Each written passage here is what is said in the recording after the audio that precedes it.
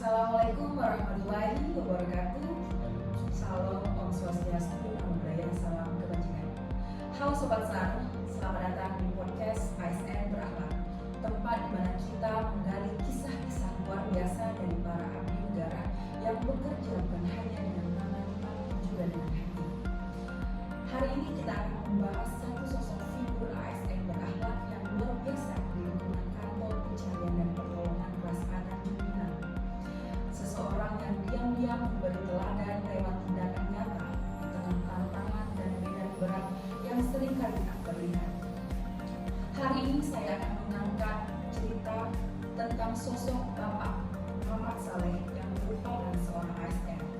Beliau bukan kepala kantor, bukan juga pejabat tinggi, hanya seorang whistleblower senior yang dikenal disiplin, humanis, dan berdedikasi tinggi dalam setiap operasi SAR di kantor SAR Tanjung Pinang. Dan saya sudah bersama Pak Saleh. Selamat datang Pak Saleh. Ya, selamat datang. Pak Saleh, saya mau bertanya nih.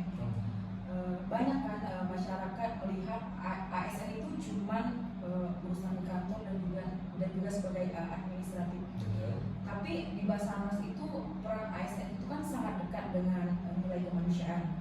Nah, boleh cerita Pak seperti apa tantangan Bapak dalam menerapkan nilai berakhlak di lapangan?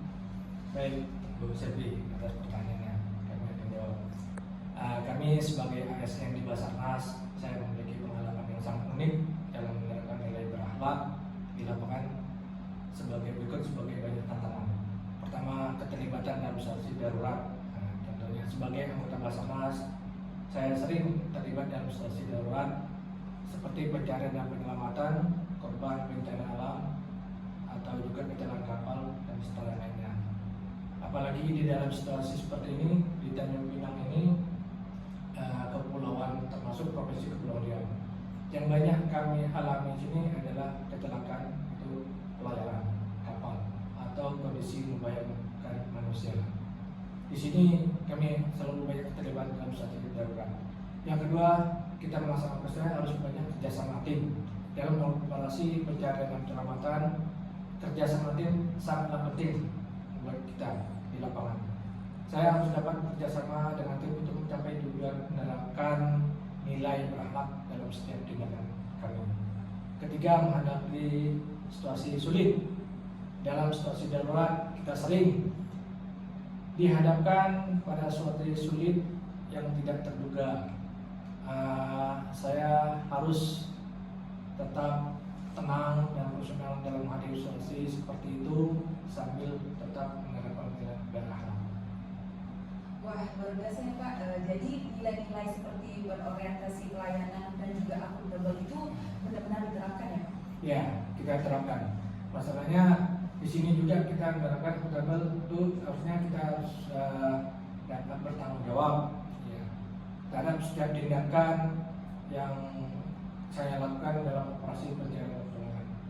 Kedua juga kita harus kompeten. Saya harus memiliki kompetensi yang cukup untuk menjalankan tugas dan tanggung jawab sebagai seorang anggota Basarnas, apalagi sebagai presiden.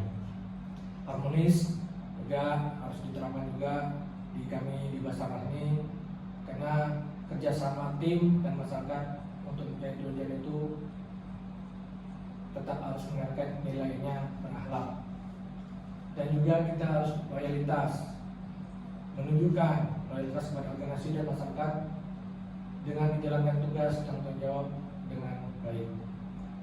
Dan juga di sini kita yang kelima itu harus adaptif, yaitu kita harus dapat beradaptasi di dalam situasi yang tidak terduga dan berubah dalam operasi pencarian dan pertolongan.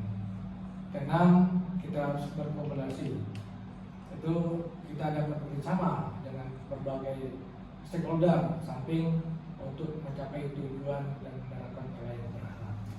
Nah Pak, nilai apa Pak yang paling kuat yang Bapak rasakan selama bertugas? Baik, sebagai anggota Basarnas saya merasakan bahwa nilai yang paling kuat selama ini bertugas adalah nilai kemanusiaan. Nilai ini tercermin dalam setiap tindakan dan keputusan yang kita ambil, yaitu untuk membantu dan mengamalkan yaitu membantu masyarakat. Pertama itu harus membantu masyarakat. Kami selalu berusaha untuk membantu masyarakat yang membutuhkan, terutama dalam situasi darurat. Kedua, menyelamatkan nyawa. Kami berjuang untuk menyelamatkan nyawa manusia, bahwa dalam situasi yang paling sulit pun atau juga dan berbahaya untuk kita selaku seorang rescuer penolong. Ketiga, kita mengutamakan keselamatan.